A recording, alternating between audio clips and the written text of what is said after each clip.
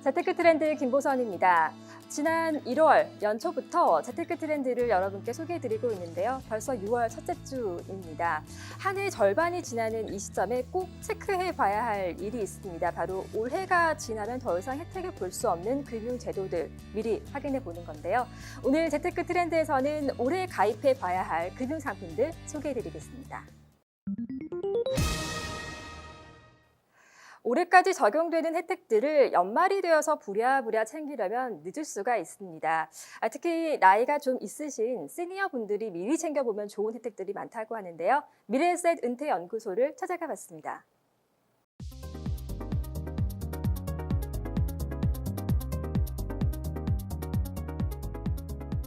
먼저 비과세 종합저축을 먼저 살펴보셔야 됩니다. 이 제도가 지금까지 이제 계속 65세 이상이신 분들, 그리고 그 밖에 이제 뭐 장애인이라든가 일부 분들한테만 가입이 가능한 상품이었는데, 올해를 마지막으로 이제 일몰이 됩니다. 상품 자체가 없어지는 건 아니고요. 상품 자체는 존속을 하는데 신규 가입이 안 된다는 얘기죠. 이 상품에 주목해야 되는 이유는 이 비과세 혜택 자체가 현존하는 상품 중에서 제일 좋거든요.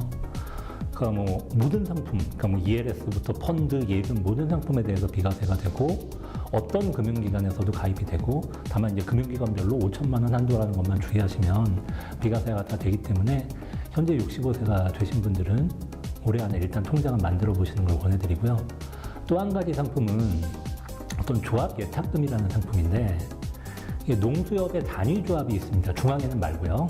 어떤 단위조합들 아니면 신협이나 새마을금고 이런 조합들에서 가입이 가능한 상품입니다. 근데 3천만 원까지 이 부분이 비과세가 되는데, 이건 사실 올해 일몰은 아니에요. 2020년 일몰이거든요. 근데 생각해보면 2020년이 돼서 비과세가 없어진다는 얘기는 올해 말까지 가입을 해야 1년이라도 혜택을 본다는 얘기거든요. 자, 먼저 비과세 종합저축입니다. 올해 연말이면 금융상품에 투자해서 세제 혜택이 비과세가 되는 이런 혜택이 종료가 되는 것인데요. 보시면 전체 금융 고객이 대상은 아니고요.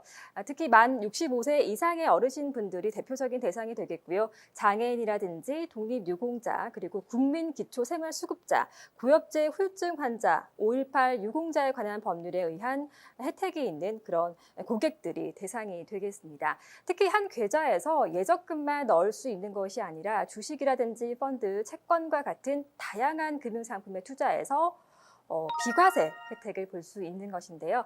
원금 기준 5천만 원까지 이자와 배당소득세 면제가 가능한 상품입니다. 그리고 전 금융기관을 통해서 1인당 5천만 원 한도로 가입을 할 수가 있습니다. 네, 내년까지만 상호금융권에서 가입한 예탁금 한 명당 3천만 원, 그리고 출자금에 대해서는 한 명당 1천만 원까지 총 4천만 원에 대해서 이자와 배당소득세 비과세 혜택이 적용되고 있습니다. 그런데 2021년부터는 분리과세가 적용되기 시작하기 때문에 단 1년이라도 세제 혜택을 먼저 보기 위해서는 올해 말까지는 가입을 완료하는 게 좋다는 것이죠. 2021년에는 5% 분리과세, 그리고 다음 해부터는 9% 분리과세가 예정돼 있습니다. 아울러서 부동산을 보유한 분들이라면 장기 보유 특별 공제를 확인해야 한다고 하는데요. 이는 일정 기간 이상 보유한 부동산을 양도할 때 물가 상승분만큼을 감안해서 양도 차익의 일정 부분만큼은 공제해 주는 제도를 말합니다. 윤치선 연구위원의 설명 들어보시죠.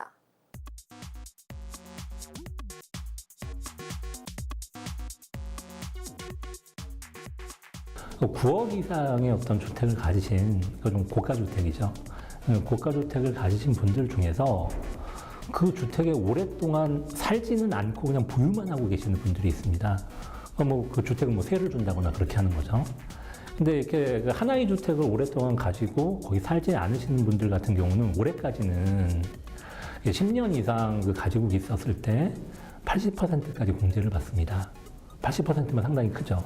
일단 9억 원 공제를 받고 나서 그 9억 원 공제를 받고 난 후에 과표에다가 또 80% 공제를 받는 거기 때문에 상당히 큰 혜택인데, 이게 내년부터는 적용이 안 됩니다. 적용이 안 되고 15년 이상 보유했을 때 30% 공제로 바뀝니다. 그러다 보니까 80에서 30으로 바뀌는 부분, 그리고 보유기간도 혜택을 다 보려면 보유기간도 더 길어져야 되는 부분들이 있기 때문에 네, 지금은 10년 이상 보유하면 80%를 공제받을 수 있지만 내년부터는 15년을 보유해야 겨우 30%를 공제받을 수 있는 만큼 고가주택의 보유 기간이 15년 미만이면서 양도를 고민하고 있는 분들이라면 올해 양도하는 것이 더 이득이라는 설명입니다. 자, 이런 금융상품에 대한 비과세라든지 금융 혜택에 관한 제도들은 물론 연장이 될 수가 있습니다. 그에 대한 수요가 많기 때문인데요. 물론 내년에 다시 한번 이러한 제도들의 혜택이 연장이 된다고 하더라도 한 해라도 빨리 가입하는 것이 재테크의 질을 높이는 길이 될 것 같습니다. 재테크 트렌드 김보선입니다.